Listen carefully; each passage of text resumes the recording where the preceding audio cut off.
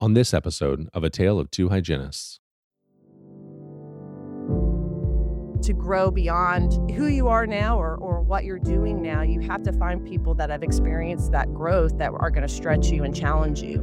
That's what consulting does. That's what a mastermind group does. That's what going and being a part of an organization that gives continuing education does. It allows us to grow and develop and find deeper fulfillment in the work that we do.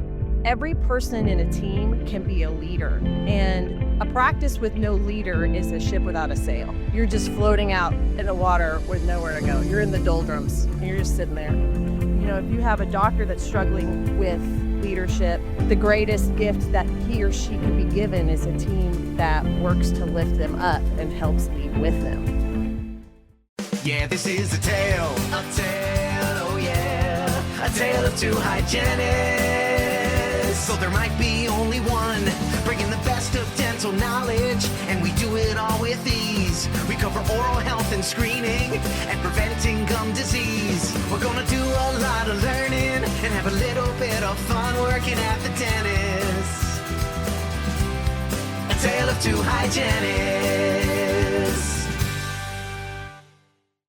Welcome back, everyone, to another episode of A Tale of Two Hygienists podcast, episode number 490. I'm your host, Andrew Johnston, and thank you so much for being with us today. In this episode, Jackie and I had an opportunity to speak with Carrie Webber. Carrie's from the Jameson Group, and the idea behind the episode was to kind of get a behind-the-scenes peek into what it really takes to make a successful dental practice. I think that we all feel like we know what it is, but sometimes it's knowing and doing are two different things. And she's definitely seen some challenges and some obstacles. And so we really wanted to kind of talk about that. But kind of additionally, this past week, there have been some posts about the bill in Nevada that didn't quite make it to, I think, the General Assembly vote, but it did pass both the House and the Senate. And so technically the bill was passing and it was going to, but then I think it timed out. I think is kind of how I understand it. And then to kind of keep it at a really high level, the purpose of the bill, if it would have passed, it would have allowed dental hygienists to be on the job trained. So no formal education, no board exams, nothing like that. Just a dentist would then be allowed to teach the hygienist how to be a hygienist in their practice. Now, the dialogue on all the social media forums and things like that, it has been really interesting kind of regarding this issue of it almost passing, not passing, and all of that. Of course, the dentists have a very specific issue, or several issues actually, with the dental hygienists, including the shortage and things like that. The hygienists have had very particular issues with the dentists, and one of those main points that hygienists were raising was the issue of the dental hygiene shortage. Some were contending that it wasn't so much of a shortage as it was an issue of finding enough good offices to work in, the ones that had good leadership, good culture, adequate pay and all that kind of stuff. Now, those specific issues, we didn't have a debate on this episode, but Carrie did speak to many of those same topics about, hey, what does it look like to be a real leader? What kind of traits does a dental hygienist have to represent a team player mentality? What are the expectations for professionalism? Those types of topics are definitely the things that we talked about. We also briefly touched, I think it was in the beginning, on the importance of these mastermind groups. If you aren't a part of a small group, I super highly recommend them. When I first joined this last one that we're in, I did kind of feel out of place because there's a lot of people that aren't kind of in the same part of dentistry as I am. But now that we've had several meetings under our belts, I feel incredibly lucky to be a part of this group. And so you'll hear Carrie today, and then we also have Rita from the group coming on in a future episode. And you're just going to see that there's so much knowledge and so much awesomeness with them. So if you have the opportunity to join one, I, again, highly recommend it. You got to take that if that opportunity comes. All right, that's it for me for this week. Special thanks to our co-host, Jackie Sanders, and today's guest, Carrie Webber. And with that, on to the show. A tale of two hygienists. Listeners, welcome into the interview portion of the podcast. Joined today by Carrie. Carrie, thanks for being here. Thanks for having me. I'm excited and nervous all at the same time. Listeners, it's just I'm gonna have Carrie introduce herself in just a minute, but she actually said it very perfectly. We've known each other for technically months now, but really about 4 hours. We've known each other for 4 hours of our life together, and it was You know what? I'm going to hang on to this question until after you introduce yourself because I want to talk about Oh, masterminds because I think masterminds I are love really that you interesting. describe it of our life together, Andrew. That's our I life mean, together. you do. We have a life together now. Yeah. And Jackie, we've Yeah. known each Yep, other for 12 10 minutes, minutes. and Yeah, yeah, yeah. our life together is looking grand Your too. Well, journey's just and starting. we both Carrie, we both know 4 hours with Andrew can feel like a Yeah, lifetime. So, there you go. Yikes. indeed. Yikes. She's like, true. So Carrie, Indeed. what are you up to in this dental space? Like, how would people know that from? So, along with my husband, Jess, we are second generation owners of the Jameson Group. And the Jameson Group, for those that don't know us, we're a 35-year-old company in the dental space, started by my parents, Doctors John and Kathy Jameson. And we are a full service dental business and hygiene coaching firm, as well as a full service marketing company for dental practices. So my husband and I have worked in the company for 25 years and have owned the business for the last dozen. And so we've had the privilege of working with dental practices and dentists across the country and their teams. We've worked in every state, we worked in multiple countries. And it's really fun to have been a person, growing up in the world. I've grown up in dentistry. My dad's a retired dentist, and we're partner owners in a dental practice here in Oklahoma City since his retirement. So we have a beta practice so that we can practice what we preach. And so I always say that dentistry for me has been like another food group.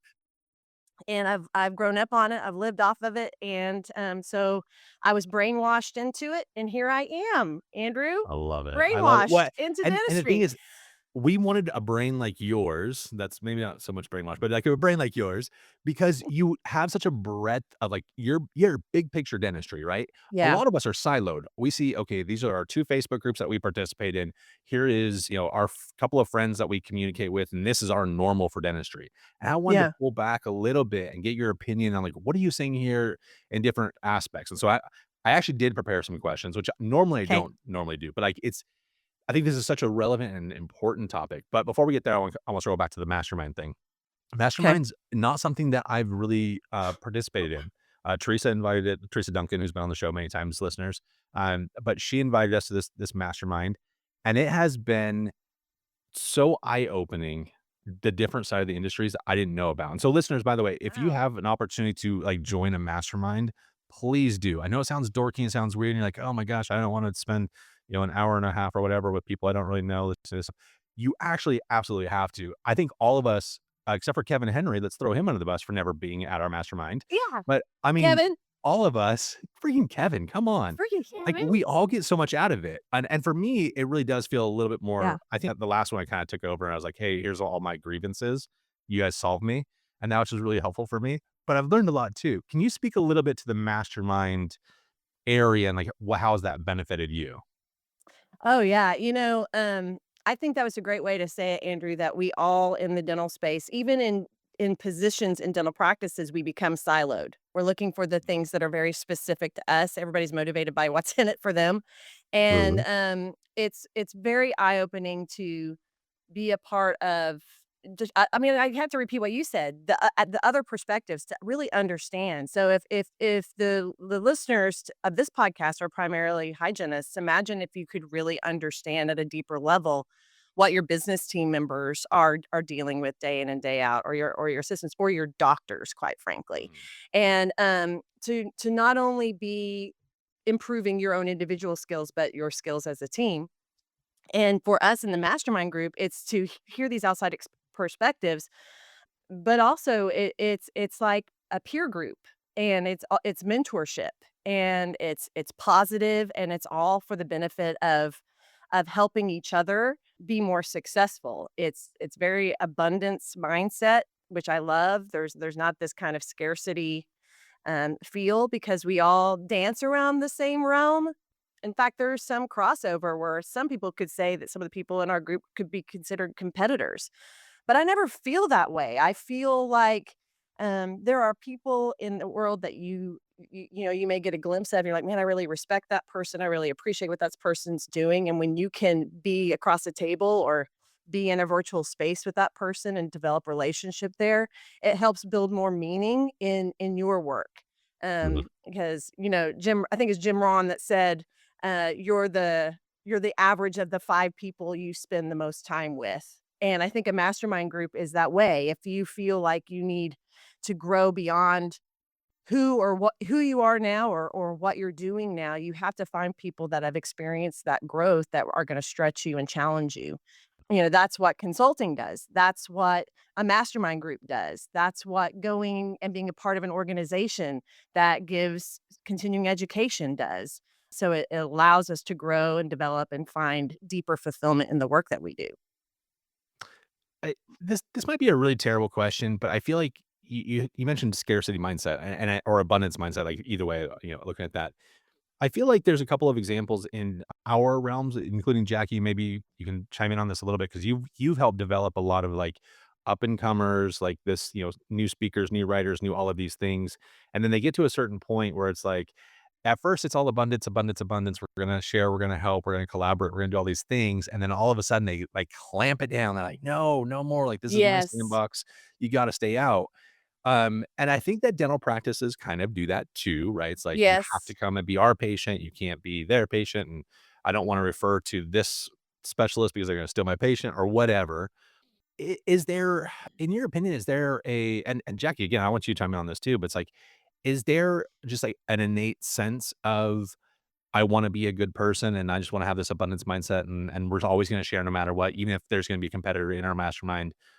Or is that something that can be developed and learned? I think it's a self-reflection. What I see is a lot of individuals lean on mentors to grow and become who they are and to develop their expertise and then find their niche in the professional world. But when they reach that spot, they forget that now it's their opportunity to mentor those behind them. And they become very controlling and they forget how they got to where they are. And there's Mm. so much the more you give, the more you receive. And unfortunately, Mhm. these who get to their high spot and then lock it down and they don't want anybody in their space, they fizzle and fade out pretty quickly because they're not growing anymore. And you have to continue to grow and change and pull people up behind you to fill that space so you can move on up. But it's self reflection. People just forget where they came from. Man, it's so true, and, if I can add to that, it's a decision. It's almost like a disciplined decision, but it's also a choice of being a servant leader versus any other type of leader.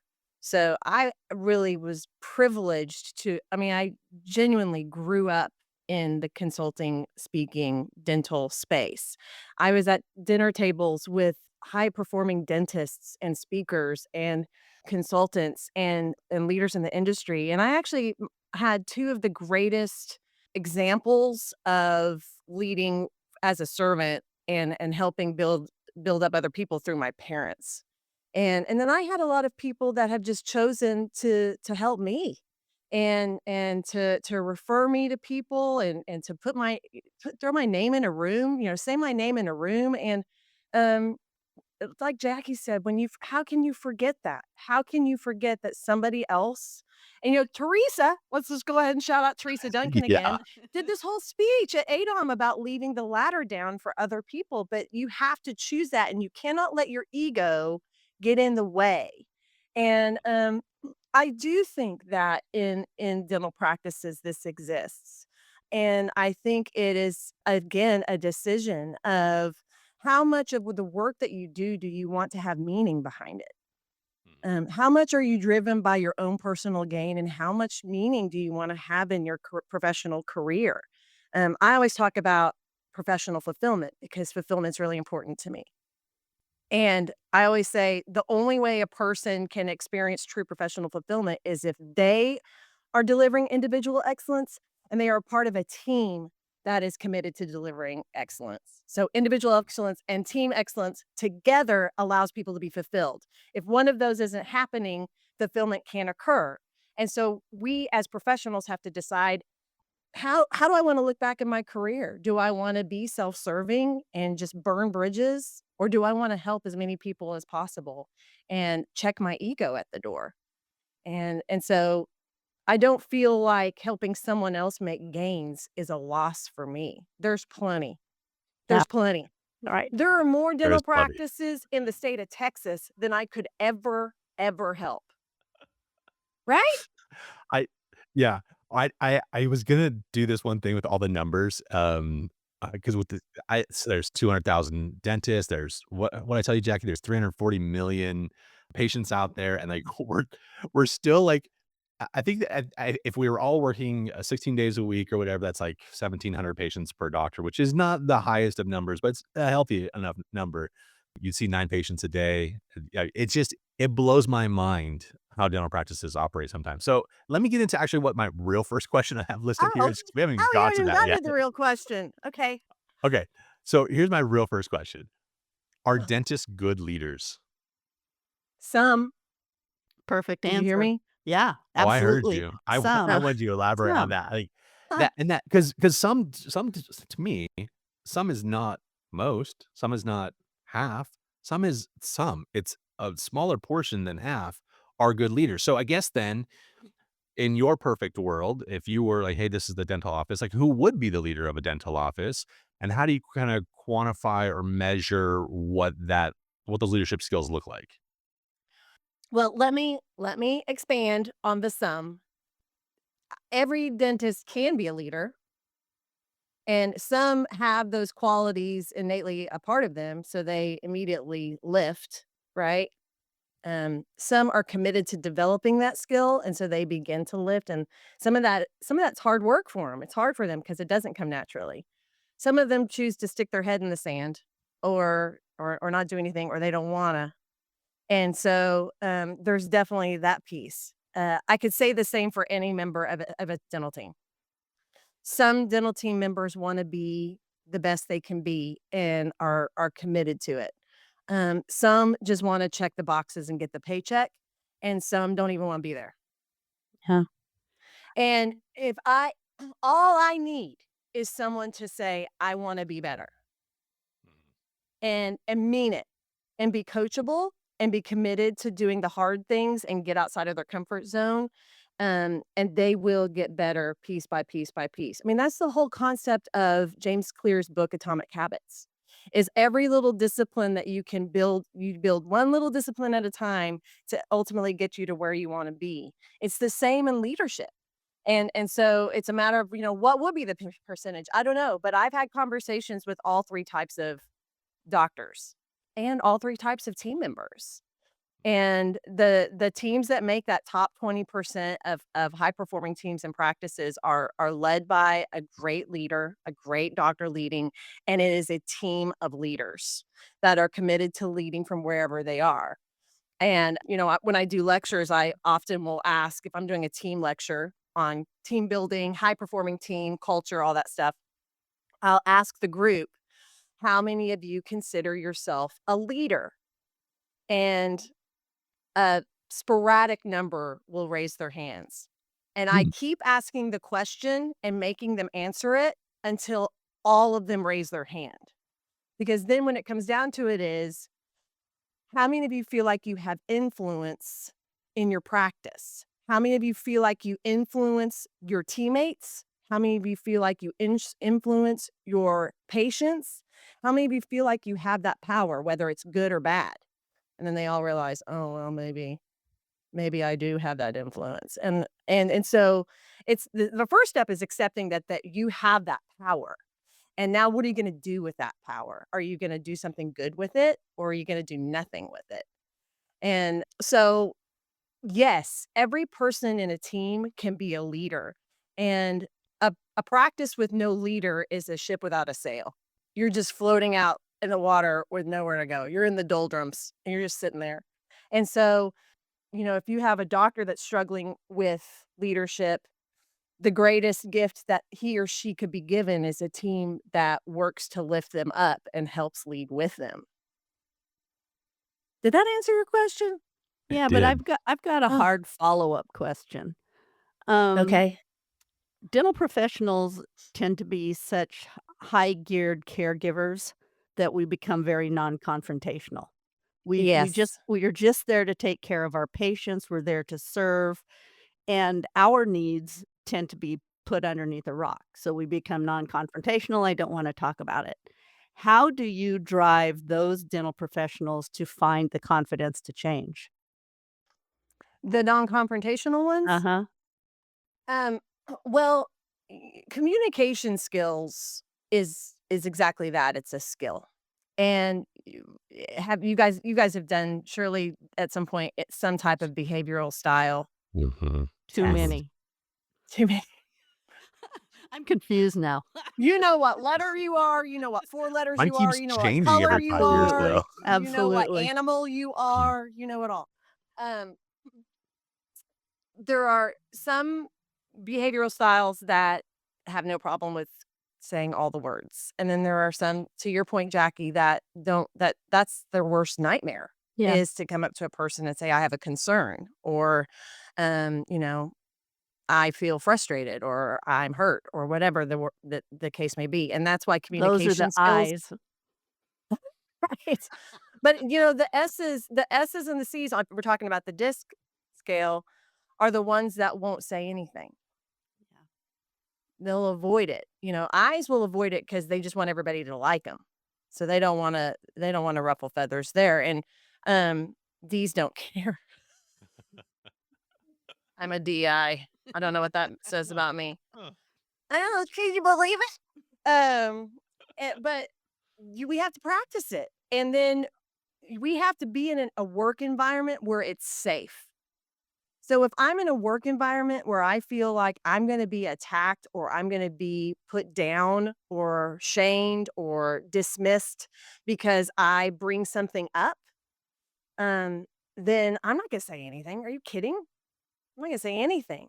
So one of the biggest pieces of team engagement is that we're in a place where we feel safe and comfortable, and we are invited to contribute and to share. And then if we don't have the skills ourselves to have those hard conversations, Jackie, then you are professionally developed and you work on those skills. It doesn't make them easier, but it makes you better at it. Yeah. And all it takes is to have a successful, difficult conversation. And then you realize, oh gosh, it's better that I did that. Yeah. It's I can like do it. having, it's like keeping a thorn in your hand.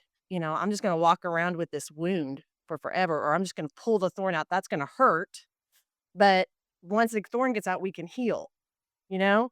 And so learning that, and that's professional maturity a little bit. I've thought about that term. I don't know if that's a term. I made it. I think You about it coined it. to It's my yours own. now. Yeah. Okay, Yeah. well, Yeah. I I'll put thought it in Wikipedia We'll for your tag it. entry. I'm like, hey, when she I Yeah. coined when this I'm term. when I'm talking to myself, sometimes I say self.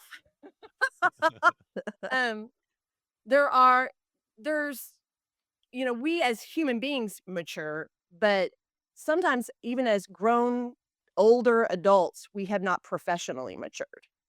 And the leaders of the practices are those the good leaders of the practices are those that are working to mature professionally, and communication skills. And healthy confrontational skills are a part of that professional maturity. Can you talk a little bit? I wanted, and this might be exactly some of the things that we're talking about right now with communication, with like leadership ability and things like that. But like Hmm. you're going into a practice or a group or whatever, and you're saying, "Hey, I'm gonna just do a quick assessment on where are you at? Are you a top 20%, or are you quite a bit lower? What things are you looking at other than like productivity numbers? Right. Or maybe that's what it is. Maybe it is productivity numbers. But like, what are you assessing exactly? The numbers are definitely a piece of it because our numbers tell a story.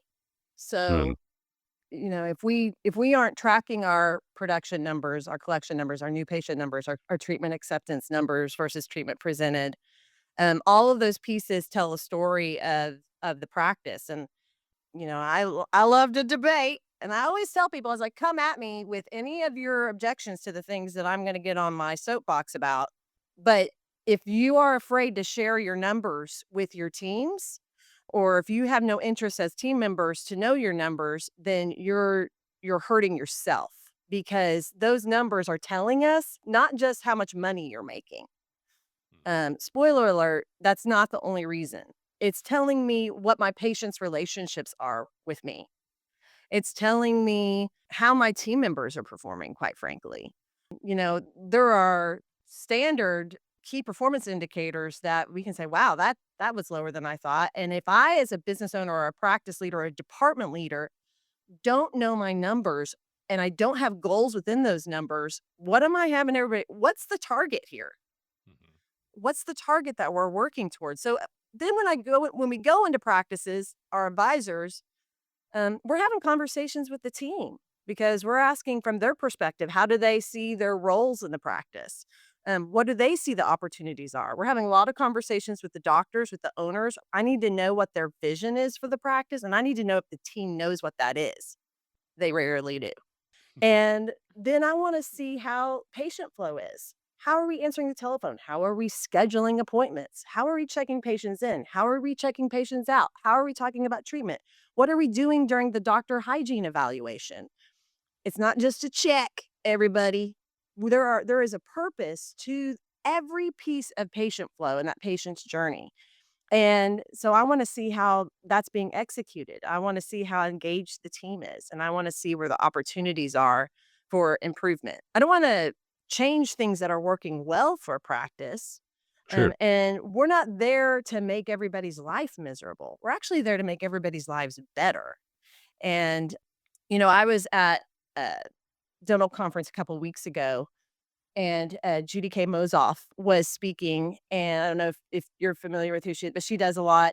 We run in parallel universes. She's a really good friend of mine, and we both speak to team and culture and patient experience and all those things. And I got to sit in on her class, and we were talking about it in one of her courses. And I said, one of the key elements of becoming a high performing team is to be a coachable culture. So a lot of time, I talk to doctors every week that are calling to talk about their practices with me and exploring possibly working with us. And one of the questions that I ask them is your team coachable? Are they Mm. coachable? Are they going to be open to someone showing them a different way of how they've always done something? And are they going to be willing to try and improve performance? If I can get in front of a coachable team, we will have instant improvement. Instant, because they're But what ready, if they're they're not though? hungry. What if you have these stick in the muds? Is it Oh, uh we always And there do. usually like, are. hey, see you Oh, there later. Like, always is. thank you for joining the team, but we're gonna find somewhere else? Well, a lot of times those self-eliminate Okay. Yeah. because what happens or they get on the train. Because when you start to develop I call them champions in your team, when I all I need is a little tipping point in that influence curve. You're always going to have a small group of people that are on board for anything, preaching to the choir. It's like the three of us, like, oh yeah, yeah, what Carrie said. But there are 15% of the people listening that think I'm a nut job, and are like, no, she don't listen. Everybody, don't listen to her, and I'll be in the Facebook chats. I won't be, but my name will. Yeah. And then there's this middle ground of like 70% of people in the attitude curve that are just neutral. They're like, well, okay, I mean, I could go either way. And if you can win over your neutral people, I mean, then you have momentum. Mhm. Then you have momentum to do things better, to do things more intentionally, to have greater success. And when a practice has greater success, if it's a great leader leading that team, and we start to experience success, everybody wins. You want to make more money? Help the practice make more money. You want to have more freedom and more control in your role? Prove yourself. If Yeah. to gain influence, you have to prove yourself. You want to be in a mastermind and be mentored by people, prove that you are coachable. Be motivated, be plugged in, as I always say, I'm always looking for people to join the Jameson team that are passionately curious about what we do. You cannot do marketing and not do self-study on marketing trends. Mhm. You cannot do business coaching, leadership coaching, operations and strategic planning coaching, and not be a continuous student yourself of what's being taught out there by influencers throughout all of business and leadership space. And so, if you're a hygienist listening to this and you want to be a leader or you want to grow in your role, prove yourself. show up different to work. Do everything that's expected plus a little bit more. Plug in with those patients. Help that doctor have success. That kind of team play, leaders working together, makes you what Seth Godin has a book called Linchpin, and I give my new employees at Jameson this book when they first join our team, and it's talking about how do you make yourself indispensable and to become a linchpin in a company where they couldn't imagine their lives without you. How great would that feel that you have allowed your professional career to be where when you go, they don't know how they're going to go on without you. Yeah. But also beware of your ego because they actually will go on without you. Yeah. Yeah. Yeah. So if you think the world revolves around you, I could quit tomorrow and everyone will forget my name by next month. Don't tell me otherwise. I mean, you know what I'm saying? My point is, do something that you feel purpose driven about, make meaning in your work, and the things that you desire from your career will start to come to you. But you can't just sit there and expect that stuff to show up and you deliver the most minimal acceptable level of contribution. It simply doesn't work that way. Look, Andrew, look where you got me going. I don't even remember what the question was. You have to No, you it have doesn't to matter. work You know for what? 'Cause, success. this is perfect. Well, Yeah. because the thing is, like, I almost dumbed down the next question, but it's like, you're talking about all this, like, next level stuff. I'm like, my next question is a dumb question. But I Well, wanna go back to the I've got an article Question. for you to write, Carrie, so we'll talk about that. Oh, So, yeah, great. yeah. You said Jackie, I'm something ready. that just made the hair on the back of my neck stand up. Jackie, I'm ready. Seriously. I wear black because Ready? I'm like the Johnny Cash of just don't even care. So let's go. Ah, I'm Carrie ready, Cash. Jackie. Carrie I do Cash. Carrie I Cash. Carrie Cash. Wow. Oh, No, don't. I'm man. married. It's too late. I'm a Webber. Okay. So, I okay, can't go change my name for fame. I am gonna end on kind of like a weaker question because I feel like you did talked a lot about, like, elevating and leadership in the hygiene thing. So here's the thing. We talked about leadership. Okay, so a lot of hygienists do feel sometimes in a position where, like, okay, I want that next step. I want that next role Yeah. in the office. But then there's also those ones that are just like, hey, I do want to fly under the radar. I do want to be the steady Eddie. Can we talk just a little bit about what their role is then in like the perfect practice, the ideal practice, to be the best team member that they could be? Mm. Um, Andrew, that's actually a bit of a loaded question. How much time do I As much as you have? want, my friend. So, uh, my goodness, where do I start on this? Um, It's okay to be a that's steady Eddie.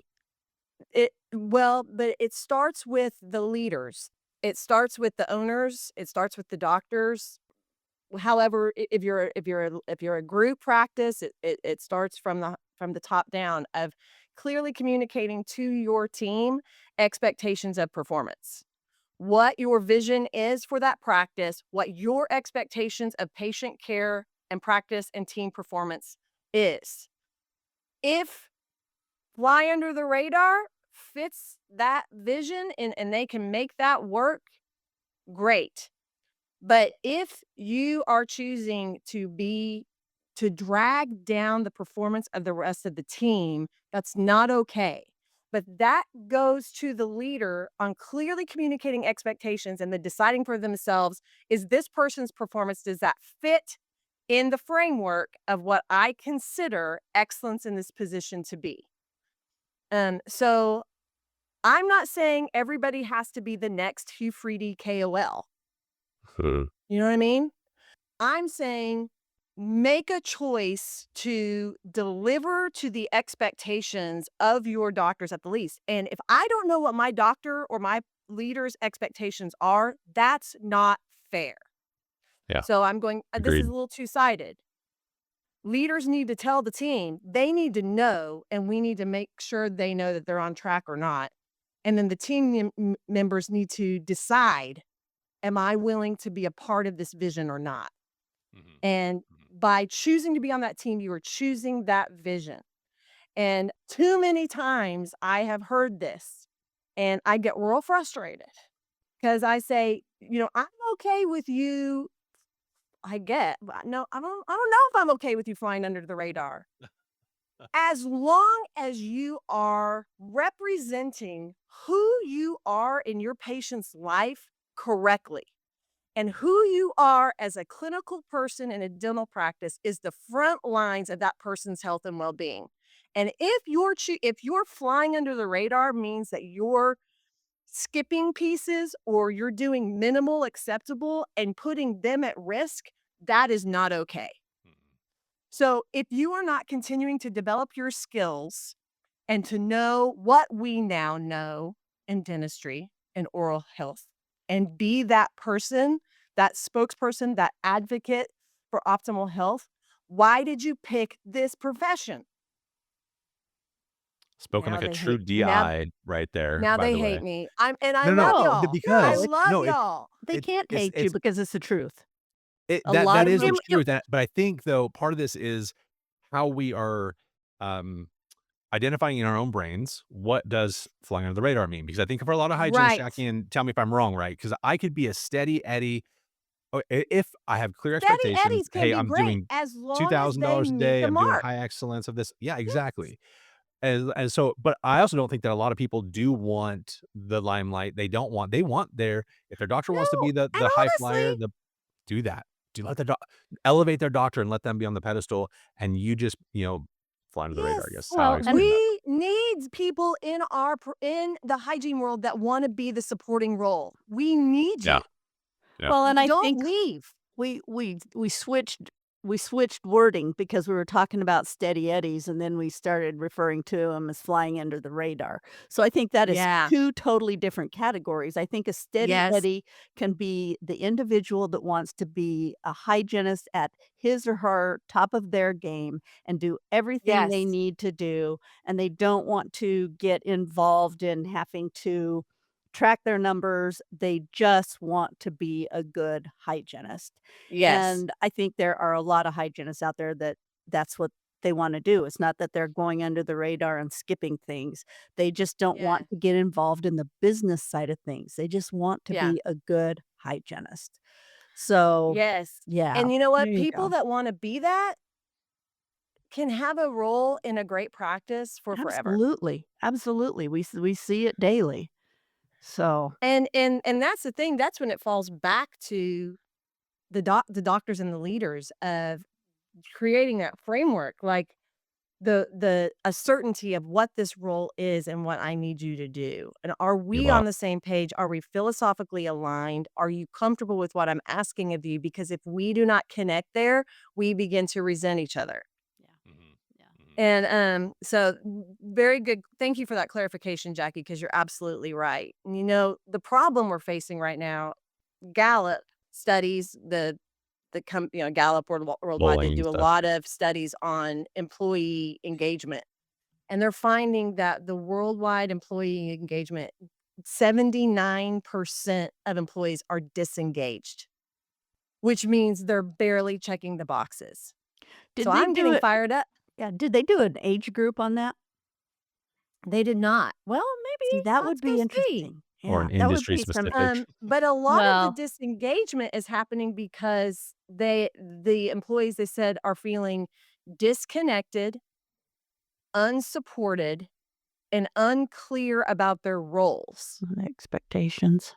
So when you take that information and you plug it into dentistry and you plug it into hygienists specifically, let's say, if I don't feel supported Yep. and I'm not clear what your expectations are of me, and I'm also not being recognized when I'm doing things right, and you're only on my case when I'm doing things wrong, why should I care?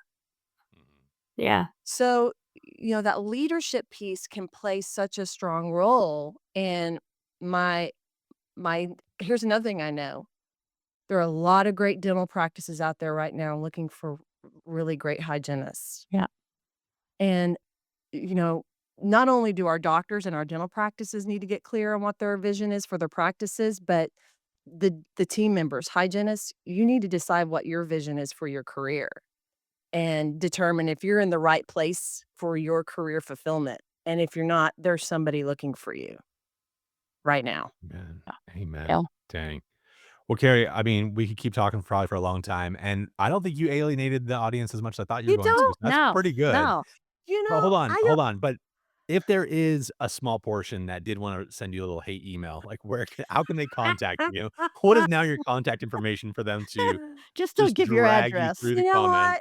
what? If you want to blast me, I'd rather you blast me in my email. So, cwebber at jmsn no, .com. That's Jameson with no vowels. Go ahead and email me. But let me also say, I love you guys. I love dental teams. I love hygienists. I love all the pieces. I have hygienists on my team that are my mentors. And, we're all going to grow by having people push us and challenge us. And my hope is our little chit chat today, Mm. and me going off the rails on my soapbox, that challenges you and it zings you a little bit to take a look at, where am I putting my effort and my energy, and am I blaming other people for where I am, or am I taking control of what I can control? And psychology today says we're going to spend 90,000 hours of our lives at work. So let's spend that large majority of our lives doing things we love, doing it really well, making a positive impact, and working with people we enjoy. Carrie, that was That was beautifully said. great. Thank you so much for That being was here. great. I mean, Thanks for and having me, guys. listeners, I can absolutely vouch for Carrie's respect level and curiosity when it comes to the hygiene department on our mastermind calls. You've been nothing but amazing, all 4 hours of them so far. So thank you again for being here. We'll have to do a follow up in the future. Maybe we'll do like a group one with our mastermind people and throw on the ATOF feed. Oh, I would love that. That's going to be a So 3-hour podcast fine, episode. that's fine. So it's That's going to be 6 amazing. parts. That's content per day is what I call that. Anyways, thank you again so much for being here. Really appreciate it. Thanks, Thank guys. you, Carrie. Yeah, this is a tale, oh yeah, a tale of two hygienists.